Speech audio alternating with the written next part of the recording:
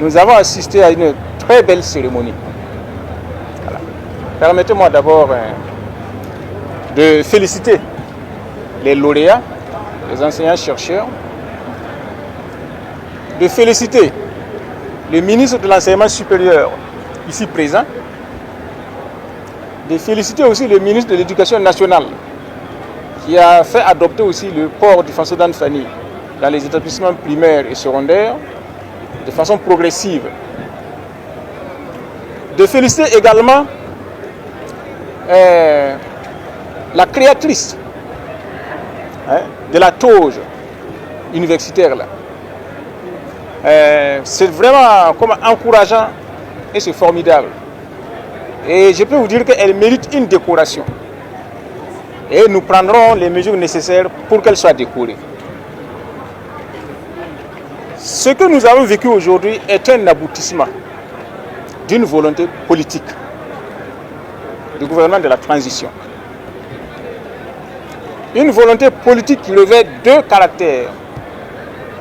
Le caractère économique, parce que le faso d'Anfani, c'est un produit du terroir et ce sont nos couturiers qui en bénéficient.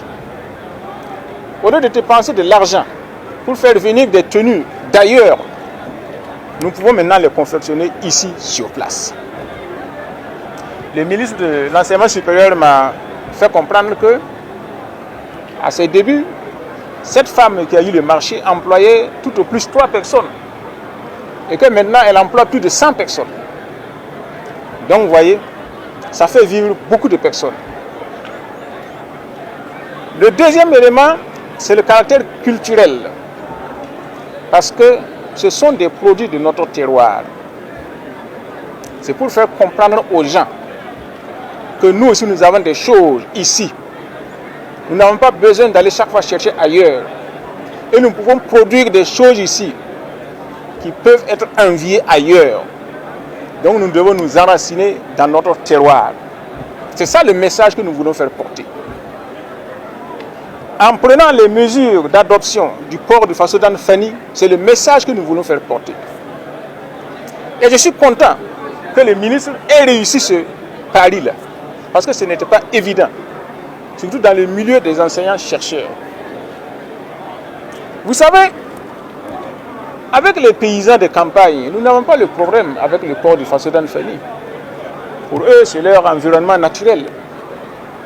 C'est avec les lettrés, ceux qui se disent savants, c'est avec eux que nous avons les problèmes de développement endogène dans notre pays. Bon,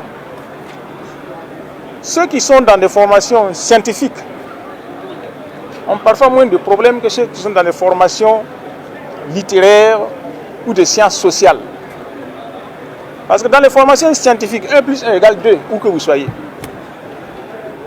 Mais dans les formations de sciences sociales, quand vous avez été formaté d'une certaine façon, vous ne voyez les choses que de cette façon-là. Et le drame dans nos universités et nos instituts, dans les formations sociales, c'est que la plupart de ceux qui y enseignent ont été instruits à l'occidental et ne savent réfléchir et de penser qu'à l'occidental. Or, le but de la recherche et de l'enseignement, c'est de pouvoir s'adapter à son milieu. Vous ne pouvez pas être formé en sciences sociales, venir ici au Burkina Faso, raisonner comme si vous étiez en France, en Allemagne ou aux États-Unis. Ce que vous avez formé là, quel est son rapport par rapport à la société dans laquelle vous vivez? C'est ça que nous voulons. Le ministre a bien fait de faire expliquer la signification de la toge en faso d'Anfani des enseignants d'université. C'est l'ancrage à notre terroir. Même si vous avez étudié le droit ou la sociologie à Bordeaux ou à Manchester, vous revenez au Burkina Faso là, comment vous pouvez appliquer cette connaissance-là ici, à d'autres sociétés? Il ne faut pas venir ici nous raisonner comme si vous étiez à Manchester ou à Bordeaux. C'est ça le symbolique du port du faso d'Anfani. C'est ça que nous voulons que les gens réalisent. Nous devons maintenant travailler pour notre société. Quelles que soient nos connaissances, quel que soit l'endroit où nous avons appris, arriver ici, il faut se réapproprier notre culture et voir comment nous pouvons utiliser ce savoir-là pour notre société, en fonction de notre société. Dorénavant, le professeur burkinabé qui va sortir à l'extérieur avec cette toge, reflète déjà son identité. Et c'est les valeurs du Burkina Faso qui vont se refléter. Et je puisse vous assurer que beaucoup d'enseignants de l'extérieur voudront suivre notre exemple. Ça, c'est un premier pas. Comme j'ai dit, je félicite vraiment le ministre de l'Enseignement supérieur qui s'y est adonné avec abnégation. Je félicite également le ministre de l'Éducation nationale qui a réussi aussi son pari. Et je peux vous dire, tous les autres corps devront s'y mettre. Nous attendons maintenant les corps judiciaires, magistrats et avocats. Nous attendons les corps préfectoraux, les préfets, les hauts commissaires, les gouverneurs. Nous attendons les corps de la santé, depuis les matrones, les infirmières, les sages-femmes, jusqu'aux médecins. Nous attendons, le président de l'Assemblée nationale vient de me dire que les tenues des députés seront aussi en Fassodan Fani. Donc, tous nous aurons recours au Fassodan Fani pour le bonheur de nos paysans et de nos artisans et de nos couturières et de nos couturiers et créateurs.